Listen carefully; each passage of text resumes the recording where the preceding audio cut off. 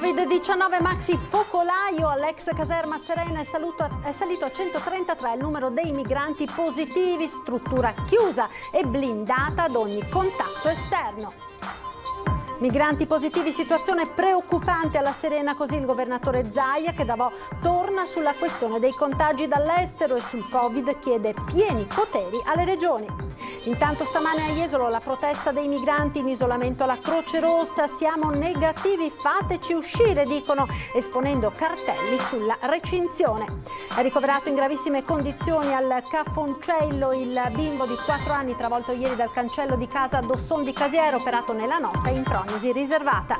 Nubifragio eccezionale ieri sera ad Auronzo di Cadore, il paese è andato letteralmente sott'acqua, i danni non ancora quantificati hanno interessato scantinati. Terremoto nel mondo del ciclismo dilettantistico veneto, maxi operazione della Guardia di Finanza, fatture gonfiate per sponsorizzazioni, 53 gli indagati.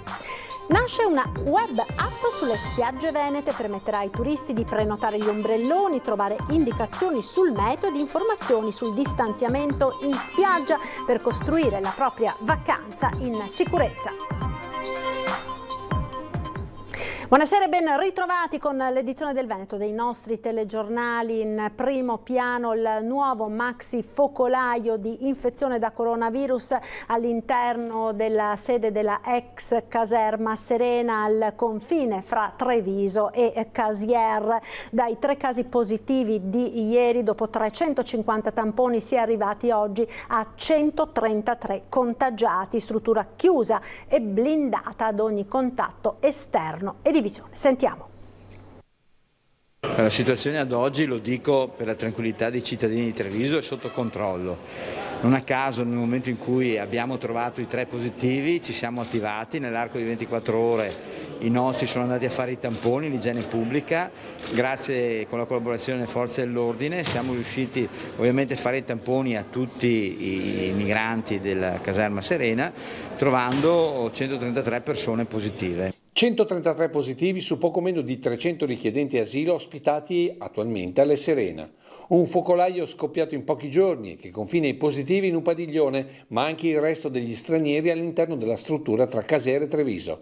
Scelta obbligata considerando le condizioni dei contagiati. Sono tutti asintomatici, quindi problemi di nessun tipo da questo punto di vista, e ovviamente l'igiene pubblica poi andrà anche a analizzare i possibili contatti che queste persone possono aver avuto. L'obiettivo è identificare ogni possibile contagiato per un virus che, secondo il direttore generale, è meno aggressivo rispetto ai mesi scorsi. Il virus non è così virulento, passatemi sto termine, quindi non c'è questo rischio di un contagio brutto come poteva succedere 2-3 mesi fa. E d'altra parte ci insegna che è chiaro che nei luoghi di aggregazione si possono creare, il virus gira e per cui più stiamo insieme, più siamo a contatto, è chiaro che può avvenire anche questo. Un monito quindi per i casi di assembramenti in costante crescita soprattutto al mare, contagiati e non, che saranno nuovamente testati tra una settimana. Col dottor Rigoli si è già pensato di mandare fuori la task force e chiaramente di monitorarli continuamente in modo tale che la situazione sia decisamente contenuta e sotto controllo. Alla fine dei 15 giorni vedremo quanti di questi si sono effettivamente ammalati e quanti sono rimasti asintomatici, e questo ci servirà moltissimo anche per tutte le comunità scientifiche. Per Rigoli questo nuovo focolaio impone delle riflessioni sui controlli, prendendo ad esempio i tamponi nelle case di riposo e nelle residenze per anziani. Aumenteremo i controlli nel tempo e si potrebbe ipotizzare di controllare queste strutture come controlliamo l'RSA. Quindi questo è un ragionamento che stiamo facendo. Ed intanto una ventina di migranti in isolamento presso la sede della Croce Rossa di Jesolo ha inscenato questa mattina una manifestazione di protesta chiedendo di poter uscire dalla struttura. Vogliono andarsene. I migranti in quarantena al campo della Croce Rossa di Jesolo vogliono uscire. In una ventina lo hanno urlato da dietro alla grata, di fronte alle forze dell'ordine e all'esercito, in una manifestazione di protesta nel corso della quale è apparso un lenzuolo sul quale era stato scritto con uno spray rosso: non c'è Covid-19, qui stiamo chiusi qua per niente.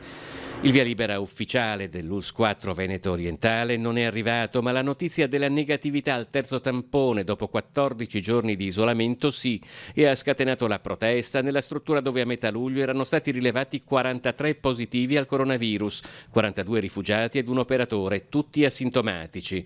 Per 85 persone risultate negative al tampone era iniziato come previsto da prassi l'isolamento, mentre per i positivi era stato disposto il trasferimento, provocando peraltro vivaci proteste a Cavarzere. La certificazione dell'ULSS che darà il via libera all'uscita dei migranti comunque non c'è e la manifestazione è rientrata. A protestare peraltro è stato circa un quarto delle persone in isolamento, ma non sarebbe la prima volta che il prolungarsi di una forzata convivenza in queste condizioni possa poi degenerare in prese di posizione più decise. Ed intanto il presidente della Regione del Veneto, Luca Zaia, oggi da Vo ha rivendicato le scelte dei tamponi, chiedendo al governo pieni poteri alle regioni sulla questione del Covid. Sentiamo.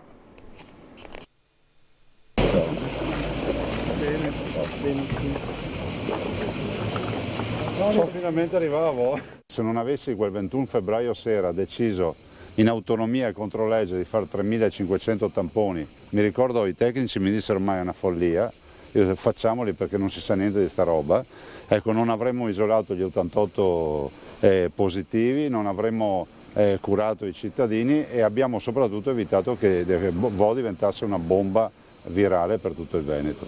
Arriva Vo per la prima volta. Luca Zaia è nel paese simbolo della pandemia, qui dove tutto è iniziato lo scorso 21 febbraio. In questo paese dei Colli Ugani, che ha contato la prima vittima di Covid europea e ha sperimentato per primo l'isolamento e la quarantena. Luca Zaia rivendica la scelta di aver fatto i tamponi su tutta la popolazione, così come quella di aver attivato subito una task force preparata quando ancora il coronavirus sembrava lontano da noi. Oggi la preoccupazione riguarda i focolai scoppiati tra i migranti, come a Treviso con i 130 contagi alla caserma Serena. Il tema dei focolai, diciamo, non autoctoni è un tema ormai reale. Il 55% dei focolai in Veneto non sono domestici e dobbiamo fare in modo di non buttare via tutto il lavoro che è stato fatto. Il tema degli immigrati, soprattutto dei nuovi ingressi, è un tema pesante. Nel momento in cui in particolar modo si vede che molti di questi migranti non scappano dalla morte e dalla fame, ma sono magari tunisini che hanno deciso di venire a fare una loro esperienza di vita in Italia. La Regione Veneto non è disponibile ad accogliere nuovi migranti, ha sottolineato Zaia, che poi interviene anche sullo stato di emergenza prolungato dal governo, chiedendo pieni poteri alle regioni. Potrebbe arrivare all'emergenza con una recrudescenza, quindi ci può stare che qualcuno si preoccupi dell'emergenza, però direi anche che i veri poteri vanno dati, o meglio le vere competenze, questo è il termine esatto, debbono essere date alle regioni che hanno dimostrato di essere sul pezzo. A Vo Zaia è accolto dai cittadini e nell'occasione alla regione è stato consegnato un trattore monopala destinato ad una scuola per fini educativi e di studio, ma è il sindaco Giuliano Martini a portare il grazie della gente, ricordando il sacrificio dei suoi abitanti. Abbiamo lavorato veramente bene assieme. La risposta dei cittadini è stata esemplare, quella della regione, avere una regione che ha saputo amministrare in modo così lodevole questa situazione di emergenza, insomma, è stato rassicurante, quindi la riconoscenza è stata reciproca. E sul nuovo focolaio alla caserma Serena, dove appunto vi abbiamo riferito in apertura di TG, sono risultati positivi al Covid complessivamente 133 migranti. Sentiamo l'editoriale del nostro direttore Luigi Baccialli. Buonasera, avete sentito le notizie riguardanti l'ex caserma Serena di Casier, decine e decine di migranti risultati positivi, ovviamente c'è tanta tensione, molta preoccupazione nella popolazione locale e questo mette un po' a tacere coloro che continuano a sostenere che il Covid di importazione è portato da altri, non dagli extracomunitari. Sono tantissimi i migranti che arrivano in questi giorni a Lampedusa, sono sbarchi a raffica anche attraverso piccole imbarcazioni, senza contare poi che poi ci sono gli ingressi dalla frontiera italo-slovena, soprattutto di afghani, pakistani, decine e decine di persone che arrivano a Trieste in Friuli Venezia Giulia e poi proseguono il loro cammino nelle nostre regioni. Che cosa dovrebbe fare un governo in queste circostanze drammatiche? Perché non si tratta soltanto di clandestini che arrivano illegalmente sul nostro territorio, sono persone che sono veicolo del virus micidiale che potrebbe diffondersi ulteriormente. Già abbiamo tanti focolai domestici, ci mancano soltanto quelli che arrivano dall'estero. Un governo a questo punto, in una situazione così grave e con la salute pubblica messa a repentaglio, dovrebbe intervenire drasticamente. Si è parlato e si parla ancora oggi spessissimo del cosiddetto blocco navale. Sembra che il blocco navale sia una misura disumana, sia qualcosa di così irrealizzabile, ma il blocco navale significa anche pattugliare le acque territoriali al limite delle acque che confinano con quelle libiche e controllare la situazione. Ci sono paesi in cui questi sbarchi sono fermati attraverso imbarcazioni anche piccole, motovedette, che sono dotate di idranti, quindi che colpiscono i migranti con dei getti d'acqua. Qualcuno pensa che si voglia sparare sui migranti, non è questo. Il problema è che siamo in una situazione drammatica e bisogna fermare questi flussi. Non si può continuare a pensare che Lampedusa possa accettare migliaia di migranti con conseguenze potrebbero essere anche tragiche per la popolazione locale. Quindi ci si aspetta che il governo su questo intervenga. Invece il governo si occupa di Salvini, di votare l'autorizzazione a procedere per sequestro di persona, e il Covid rischia a questo punto veramente di espandersi. Se pensiamo che altri paesi come l'Inghilterra fermano i nostri ragazzi che vogliono tornare dopo le vacanze in Inghilterra e che probabilmente non potranno più trovare un lavoro, che probabilmente non potranno più tornare a studiare nel Regno Unito, ci rendiamo conto di come sia diversa la situazione di queste nazioni rispetto al nostro buonismo e alla nostra disponibilità. Qui non si tratta di essere razzisti o cattivi, si tratta di difendere la salute pubblica e l'esecutivo a questo punto non può non intervenire, non può continuare a menare il torrone, a dire che interverrà, che farà, che manderà le navi in quarantena. Non basta, bisogna fare blocco una volta per tutte.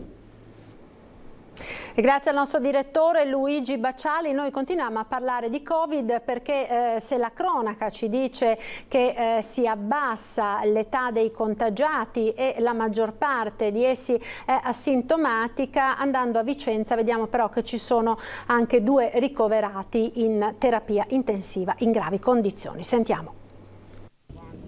Coronavirus, continuano i casi di soggetti che risultano positivi, a dimostrazione ancora una volta, come se ce ne fosse bisogno, che il virus è ben presente tra noi, anche se con effetti meno drammatici rispetto a questa primavera. Se Vicenza e il Vicentino si attestano attualmente su 69 casi positivi e vede 3 soggetti ricoverati in area non critica al San Bortolo, a tutt'oggi si registrano 2 nuovi casi di ricoverati in terapia intensiva. Si tratta di 2 cittadini vicentini, un operaio 54enne rientrato da un viaggio di lavoro in Romania, con lui c'erano altri 2 compagni di lavoro che al momento sono in isolamento fiduciario, e di un 73enne, quest'ultimo era stato ricoverato in pieno lockdown in un ospedale del territorio per polmonite ed in attesa del tampone era finito nel reparto Covid, oggi diventato positivo, è ricoverato in rianimazione all'ospedale San Bortolo. Le loro condizioni al momento sono stabili. Non sono intubati, sono in ventilazione non invasiva al momento, intermittenza, insomma, speriamo di tirare avanti così. 2 casi, 2 situazioni diverse che oggi sono monitorate. Rimane alta l'attenzione per i soggetti che arrivano da zone dove il virus in questo momento è forte. Il caso Covid-19 vero e proprio si è infettato in aree dove c'è l'infezione e quindi è andato in quelle aree e è tornato infetto, quindi direi che ci sta. Non c'è un'infezione, un cluster di infezione nuovo vicentino, diciamo, no, che noi sappiamo fino a questo momento no. E con la cronaca torniamo ad Osson di Casier, nel Trevigiano. Restano gravissime le condizioni del bimbo di 4 anni travolto ieri sera dal cancello di casa. Un'intera comunità con il fiato sospeso per tutto il giorno che ora prega per il piccolo di 4 anni e la sua famiglia. Il bimbo, travolto ieri sera dal cancello di casa, ha subito nella notte un delicato intervento al cervello, sempre presenti accanto a lui mamma e papà, che ieri hanno assistito alla tragedia. Un dramma che in pochi secondi segna la vita di una famiglia. Il piccolo, travolto dalla cancellata dell'abitazione in cui la famiglia si sarebbe trasferita nel giro di pochi giorni, quella casa come il sogno di una vita, è stato schiacciato mentre usciva dietro ai genitori e alla nonna dal cancello che ora è stato posto sotto sequestro. Una cancellata imponente, senza inferriate, uscita probabilmente dal binario. Io ero là, l'ho visto per terra perché ho sentito il papà e la mamma che gridavano e praticamente mi sono abbassato per diciamo dare i primi soccorsi al bambino. Il piccolo non era cosciente, io lo chiamavo, cercavo di chiamarlo. La comunità di Dossona conosce bene la famiglia e oggi ha rivolto ogni pensiero ed ogni preghiera per questi giovani genitori. Il papà è un artigiano molto noto in città e la nonna, che questa mattina è stata soccorsa dai sanitari probabilmente per un mancamento. I primi rilievi dei militari giunti sul posto e dei vigili del fuoco sul cancello hanno potuto appurare che era stato installato da poco, pare ancora con viti e fermi provvisori in attesa di una successiva elettrificazione. I carabinieri hanno già sentito la ditta che ha eseguito i lavori di pavimentazione del cortile e gli artigiani che hanno costruito e installato il cancello.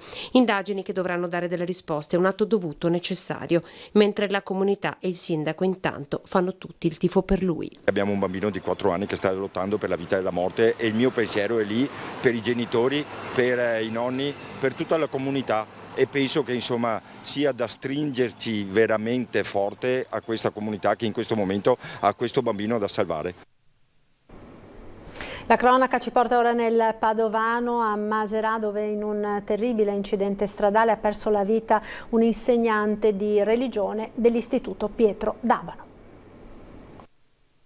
È morta dopo 2 ore di agonia la 62enne padovana, rimasta coinvolta in uno schianto tremendo a Maserà nel tardo pomeriggio di mercoledì. La vittima è Elisabetta Benvenuti di Albignasego, insegnante di religione all'Istituto Superiore Pietro d'Abano. La professoressa è rimasta coinvolta in un incidente frontale mentre percorreva via Terradura a Maserà. Era al volante della sua Fiat Punto in direzione del ponte di mezza via. All'improvviso pare abbia perso il controllo dell'utilitaria, invadendo la corsia opposta e schiantandosi contro un'altra macchina guidata da una 26enne.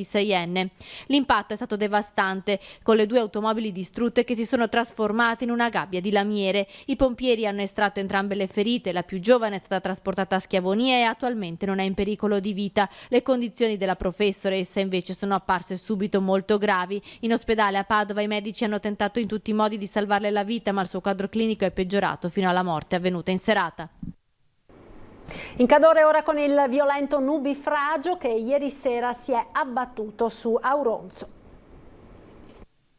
Abbiamo appena emesso l'allertamento per rischio temporali anche per le prossime ore. Teniamo però presente che quanto accaduto ieri sera ad Auronzo è un fatto eccezionale. 115 mm d'acqua in meno di 2 ore, un quantitativo di pioggia inimmaginabile, di poco inferiore a quello che si rovesciò su Auronzo durante la tempesta Vaia, ma in un giorno intero. L'evento di portata eccezionale si è scatenato ieri sera dopo cena e per un po' si è temuto il peggio. Vigili del fuoco e protezione civile sono stati immediatamente mobilitati, fortunatamente nessuna persona è rimasta coinvolta o ferita. Si è lavorato tutta la notte per il taglio di alberi e rami che hanno invaso le sedi stradali, per allagamenti di scantinati, smottamenti e colate detritiche. La violenza dell'acqua ha fatto saltare i tombotti puliti la scorsa settimana dall'Unione Montana. Situazioni in cui ci sono i tombotti dimensionati non correttamente significa che paghiamo lo scotto di decenni in cui si tendeva a tombare tutto e a coprire tutti i fossi.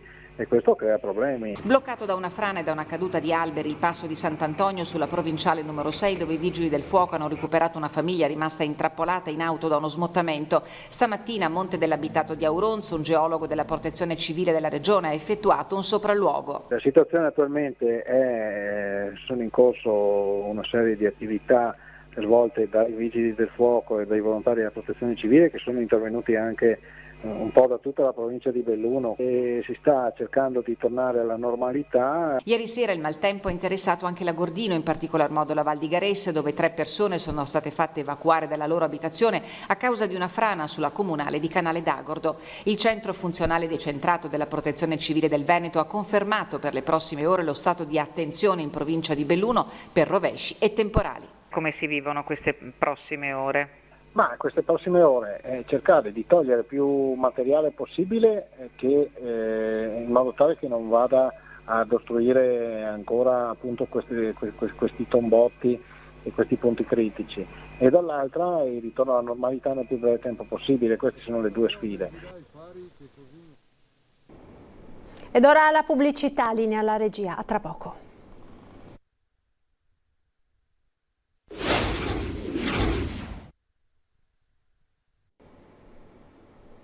E siamo di nuovo in diretta con l'edizione del Veneto dei nostri telegiornali. Proseguiamo con una brutta notizia che arriva da Zanè, in provincia di Vicenza. Abusa sessualmente della bambina dei vicini di casa. Un operaio metalmeccanico è stato arrestato.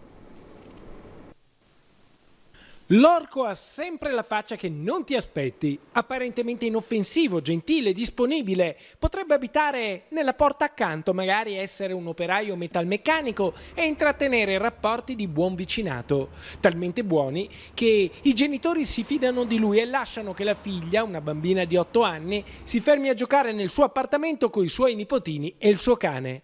La vicenda, così ricostruita dai carabinieri, sarebbe esplosa 5 anni fa, quando i genitori della bimba hanno denunciato l'uomo, facendo scattare le indagini dei militari per i reati di atti sessuali con minori. Tutto sarebbe accaduto a Zanè tra il 2014 e l'estate del 2015, nell'abitazione del 50enne accusato di aver approfittato per allungare le mani fino al punto di violare la piccola nelle parti intime. Fortunatamente la violenza si sarebbe interrotta grazie all'intervento della madre della bambina, che mentre si trovava anche lei nella stessa casa a chiacchierare con la compagna del vicino in terrazzo, mossa da uno strano presentimento, si sarebbe precipitata in salotto scorgendo l'uomo in atteggiamenti equivoci con la bimba, che successivamente, in modo lucido, avrebbe raccontato alla mamma tutte le volte che avrebbe subito le attenzioni particolari da parte dell'amico di famiglia. I carabinieri di Thiene questa mattina hanno eseguito l'ordine di carcerazione emesso dalla procura e hanno condotto l'operaio, che deve scontare la pena di 3 anni e 4 mesi di reclusione, al San Pio X di Vicenza. Sponsorizzazioni ciclistiche ad associazioni sportive dilettantistiche, ma le fatture erano gonfiate e i finanzieri hanno denunciato 53 persone.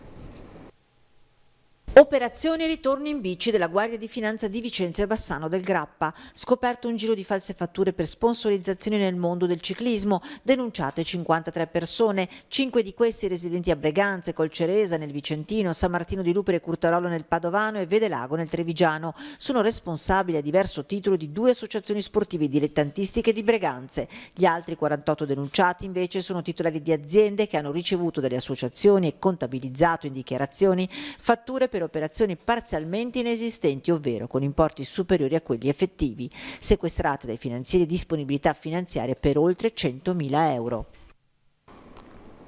Nasce una web app per le spiagge venete, permetterà ai turisti di prenotare gli ombrelloni ma anche di avere informazioni sul meteo e su una vacanza in sicurezza. Vediamo. Le spiagge venete chiamano e il grido si diffonde. Come? Online, ovviamente, grazie all'app Venice Sense, nata per chiamare a raccolta i turisti e invogliarli ad usufruire di spiagge e servizi dei centri balneari, compresi tra le foci del Tagliamento e quelle del Po.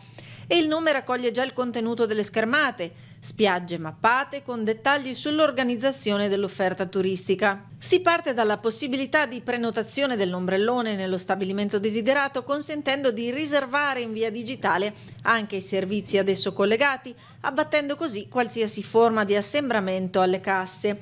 Si passa poi alle indicazioni sul meteo, tarate su ogni singola località, fino ad arrivare alla non secondaria informazione su eventuali prescrizioni di sicurezza e sanificazioni. VeniSense è un'applicazione che ci permette di dare molti servizi ai turisti, non solo la prenotazione degli ombrelloni, ma una serie anche di altre novità. Pensiamo per esempio a tutto ciò che viene fatto per sanificare la spiaggia, quindi gli ombrelloni, la spiaggia stessa, la possibilità di dare dei teloni ai turisti che vengono posizionati sui lettini, insomma tutte quelle buone pratiche che ci fanno dire che queste sono aree tranquille, aree covid free. Un investimento economico importante che abbiamo ritenuto opportuno fare proprio per trasmettere questo significato di sicurezza che diventava per forza di cose in una stagione come questa un messaggio di promozione per rimarcare la sicurezza delle nostre spiagge. Un invito digitale dunque a fruire in sicurezza delle nostre spiagge. È tutto, grazie per essere stati con noi come sempre. In chiusura uno sguardo alle previsioni del tempo per le prossime ore con il nostro meteo. Arrivederci.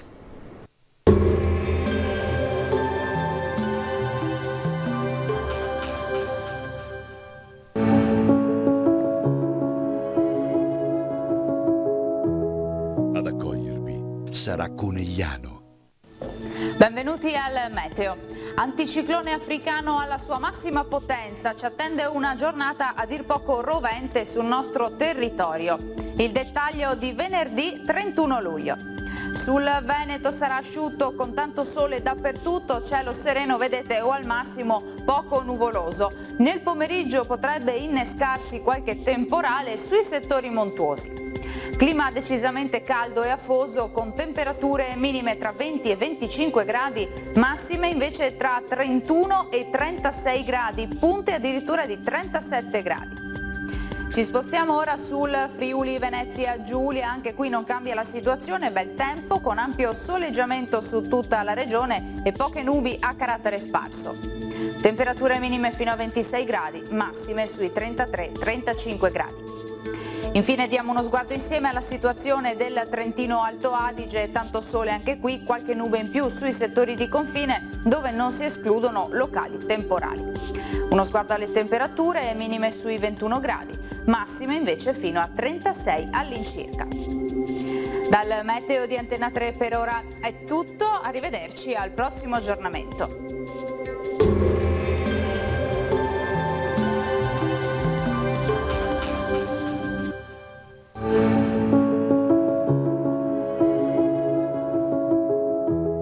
Ad accogliervi sarà Conegliano.